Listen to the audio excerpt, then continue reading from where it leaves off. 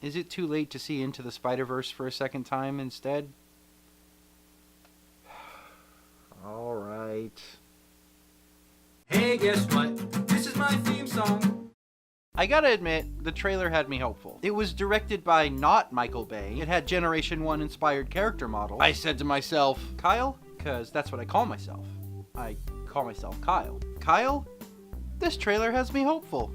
But man, that wasn't enough to save it. You remember all the cool looking Cybertron action scenes from the trailer? Yeah, those scenes were pretty cool. And I have to admit, having a huge cheesy grin on my face during those scenes. First 5 minutes of the movie. And that's it. That's all most people want, 5 minutes. A good, solid, nice period of time. You can do anything for 5 minutes, can't you? The Autobots get defeated, and Optimus shouts, "Cybertron has fallen!" Then sends Bumblebee to Earth in this escape pod type thing. You must go to Earth and protect it, or all is lost. Then Bee flies away, while Optimus is left alone, surrounded by Decepticons, and we leave Cybertron! Wait, hold on! Bro, why are you rushing this? This is why I'm here. Why is it over? Disappointed! Pshaw!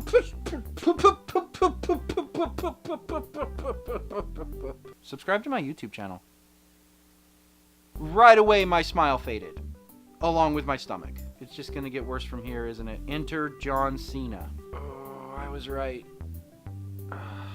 Then there's a pretty entertaining but pretty short-lived fight between Bee and some Seeker Con that looks like Starscream but isn't Starscream, and for a moment I started to think maybe it's not going to be so bad. Maybe I can get through this, despite the John Cena. Boy, was I wrong. I was wrong. I'm wrong. Is everyone happy? If there's anything that I want you to take away from this video, it's that section where I said the papush-pashaw. It doesn't need to be there. Just take it away. John Cena doing a terrible Mark Wahlberg impression. You're not helping the movie, bro. At one point, John Cena, seen here terrorizing children in a 19th century woodcut, does that tough guy raspy voice. But it's literally just for one scene. Like, we've literally seen him before this scene, and we see him again after this scene, but only in this scene does he do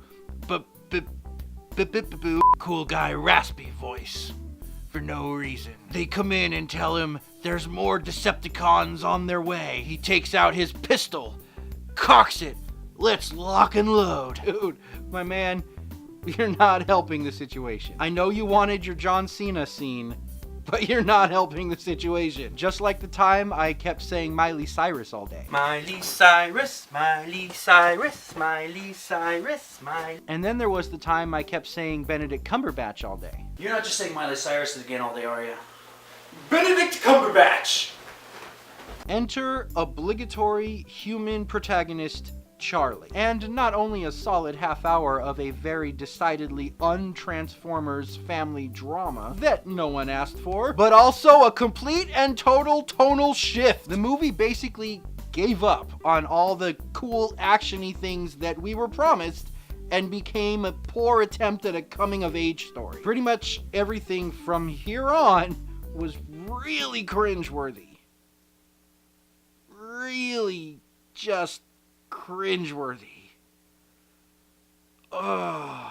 Am I really supposed to believe that this 18-year-old human can fix up Cybertronian technology just because her dad taught her auto mechanics before he died? And that she did so in the shop without noticing anything Cybertronian, like, oh, I don't know, the giant Bumblebee face under the car? Secondly, no, I'm not counting. I just like saying secondly at random times. Secondly, why is Bumblebee acting like an injured puppy dog? 10 minutes ago, he was this badass Cybertronian warrior. Now he's literally putting his face in Charlie's hand like a dog begging to be petted. They do make a big deal to point out that his memory cells were damaged in the fight with fake Starscream. So it's trying to be like an amnesia story. I know you all want me to remember, but I can't. I'm sorry. But shouldn't his basic personality still be intact? I get that he doesn't remember who he is, but he should know he's not a child's plaything. Dude, I checked out halfway through this movie and almost gave up. But I held out of a hope that the ending might redeem itself. I can't answer the phone. I'm in the middle of a movie. It didn't. There were a couple of moments where they referenced classic Transformers.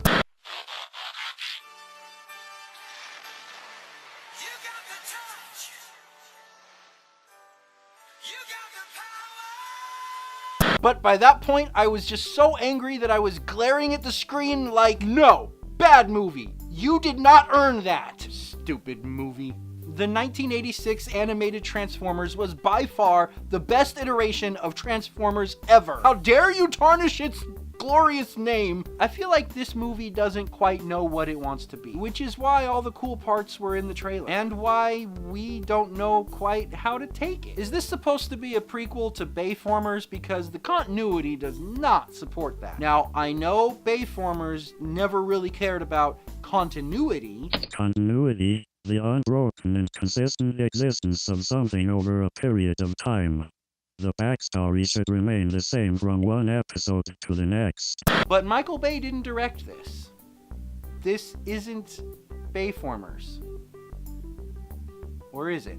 The two Decepticons that are chasing Bee did sort of have a Bayformers feel to them. So maybe. Is it trying to set up like a new series of movies unrelated to Bayformers? It's not really clear. And it leaves you asking, what the hell am I supposed to do with this? Which is probably not the best reaction for your audience to have. When I first heard about this movie, forever ago, I heard that Michael Bay was taken off the franchise altogether after the failure that was The Last Night. Fool me once, strike one. But fool me twice, strike three. And that the studio was just gonna reboot the entire franchise from scratch. And it would be Bayless. But they were already in development on this Bumblebee standalone movie, so they just greenlit it anyways, and we're gonna start the reboot after the Bumblebee movie. Why would they do that? And why would they tell us that they're doing that?